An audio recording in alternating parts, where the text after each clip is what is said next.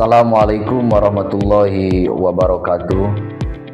Hamdan wa syukranillah wassalatu wassalamu ala rasulillah wa ala alihi wa ashabi wa man tabi'al huda ila nahjihi ila yaumil qiyamah amma ba'd. Sebelumnya kami perkenalkan, kami dari kelompok 3 kelas PAI 2C. Pada kesempatan ini kami akan mempresentasikan sebuah makalah yang kami susun dengan judul Sikap Bahasa Masyarakat Urban terhadap Padanan Istilah Finansial Digital dalam Bahasa Indonesia, di mana makalah ini membahas tentang bagaimana masyarakat urban memahami juga menilai, termasuk juga menggunakan padanan istilah fintech dalam bahasa Indonesia, seperti dompet digital untuk e-wallet dan juga talangan untuk paylater. Untuk pemateri pada kesempatan kali ini akan disampaikan oleh pertama saudara Arif Nurhidayat, kemudian dilanjut oleh saudara Muhammad Iqbal Naufaluddin, setelah itu dilanjutkan oleh Abdul Malik, dan terakhir akan dipresentasikan oleh Muhammad Baujan Nurjaman.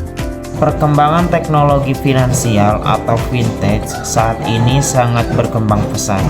Banyak masyarakat yang menggunakan layanan GoPay, Dana, OVO, atau ShopeePay untuk melakukan transaksi sehari-hari. Namun sebagai besar istilah yang digunakan masih bahasa Inggris seperti e-wallet, paylater, top up.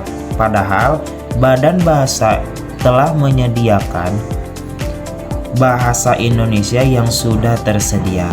Hal inilah yang menarik untuk diteliti, mengapa masyarakat lebih banyak menggunakan bahasa asing dibandingkan padanan bahasa Indonesia yang sudah tersedia. Berdasarkan latar belakang tersebut, penelitian ini berfokus pada 4 pertanyaan utama.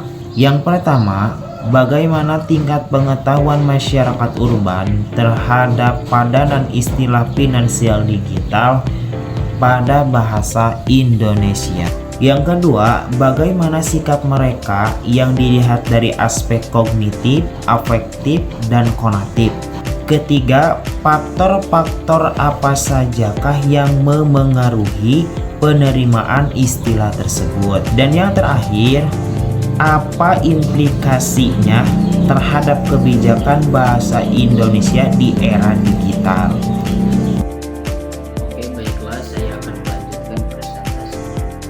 Yang selanjutnya ada tujuan penelitian. Tujuan penelitian ini adalah untuk mengetahui sejauh mana masyarakat urban mengenal dan menerima padanan istilah finansial digital dalam bahasa Indonesia. Selain itu, penelitian ini juga bertujuan mengidentifikasi sikap bahasa masyarakat, menganalisis faktor-faktor yang memengaruhinya, serta memberikan rekomendasi bagi penguatan kebijakan bahasa Indonesia di era digital ini. Terus, yang selanjutnya ada landasan teori. Landasan teori ini menggunakan sikap bahasa dari Gartner yang terdiri atas 3 komponen atau 3 dimensi. Yang pertama ada dimensi kognitif. Apa itu dimensi kognitif? Dimensi kognitif adalah dimensi yang berkaitan dengan pengetahuan seseorang terhadap suatu bahasa. Yang kedua ada dimensi afektif. Apa yang dimaksud dengan dimensi afektif? Dimensi afektif yaitu berkaitan dengan perasaan dan penilaian terhadap bahasa tersebut. Yang ketiga ada dimensi konatif. Nah, yang dimaksud dengan dimensi konatif adalah dimensi yang dimana dimensi itu berkaitan dengan kecenderungan seseorang untuk menggunakan bahasa tersebut dalam kehidupan sehari-hari. Selain itu juga digunakan juga teori perencanaan bahasa yang menjelaskan upaya pemerintah dalam mengembangkan kosakata bahasa Indonesia tersebut.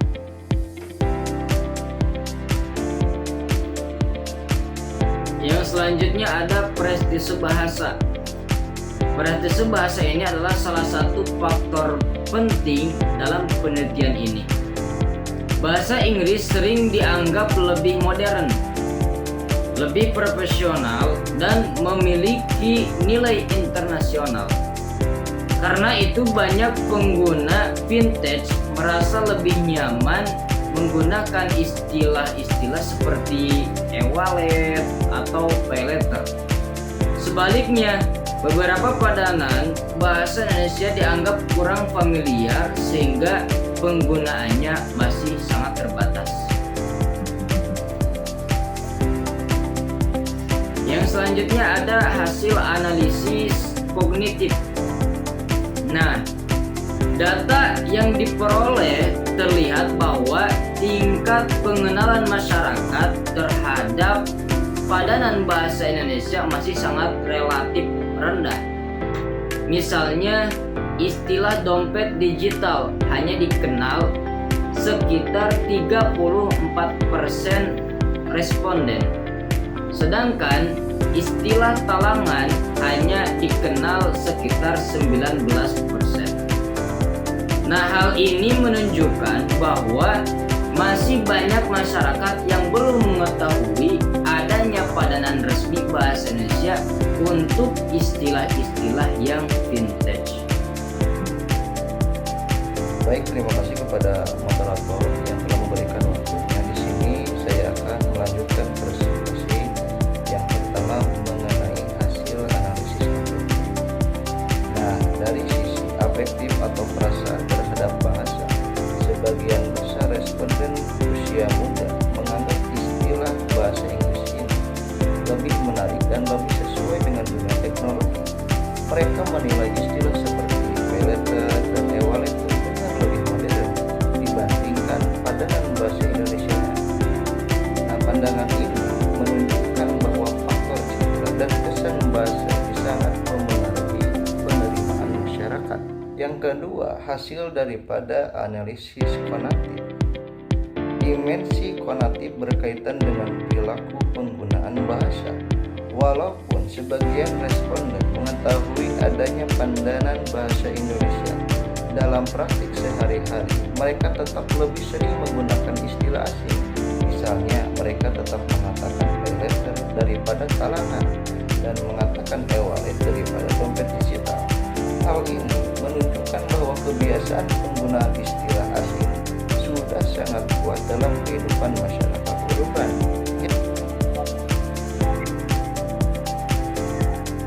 Ada juga beberapa faktor yang menurut kami ini sangat mempengaruhi sikap bahasa masyarakat. Pertama itu adalah lingkungan digital, karena aplikasi fintech ini masih menggunakan istilah bahasa Inggris. Kemudian yang kedua adalah prestis bahasa Inggris dianggap lebih modern. Jadi mereka menganggap bahwa bahasa Inggris ini bahasa yang lebih modern. Yang ketiga yaitu adalah tingkat pendidikan dan juga literasi masyarakat.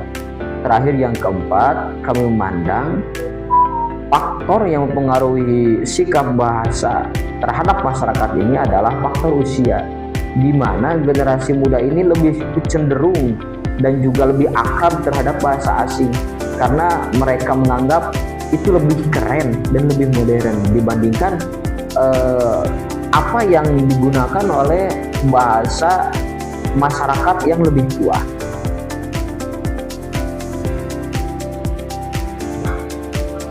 Berdasarkan temuan tersebut, maka diperlukanlah kerjasama antara Badan Bahasa bekerja sama dengan OJK dan juga melibatkan perusahaan fintech. Karena padanan bahasa Indonesia ini nantinya bisa ditampilkan berdampingan dengan istilah asing dalam aplikasi sehingga penggunaan bahasa menjadi familiar. Kemudian setelah itu juga di samping itu perlu adanya kampanye bahasa yang kreatif melalui media sosial serta penguatan literasi bahasa dan keuangan di dunia pendidikan. Baik, kami ucapkan terima kasih kepada seluruh presentator yang telah memaparkan materi terkait sikap bahasa masyarakat urban terhadap padanan istilah finansial digital dalam bahasa Indonesia. Untuk itu, sebagai penutup, kami akan menyimpulkan bahwa tingkat pengetahuan dan juga penggunaan padanan istilah finansial digital dalam bahasa Indonesia ini masih tergolong sangat rendah. Masyarakat urban lebih cenderung memilih istilah bahasa Inggris karena mereka menganggap bahasa Inggris ini lebih modern dan juga lebih familiar. Terlebih bahasa Inggris ini mereka menganggap lebih sesuai dengan lingkungan digital yang mereka gunakan.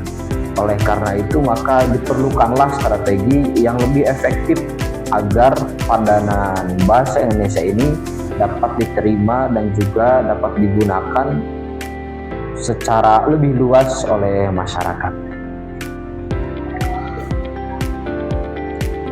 Mungkin sekian dari kelompok kami, kelompok 3 kelas PAI 2C.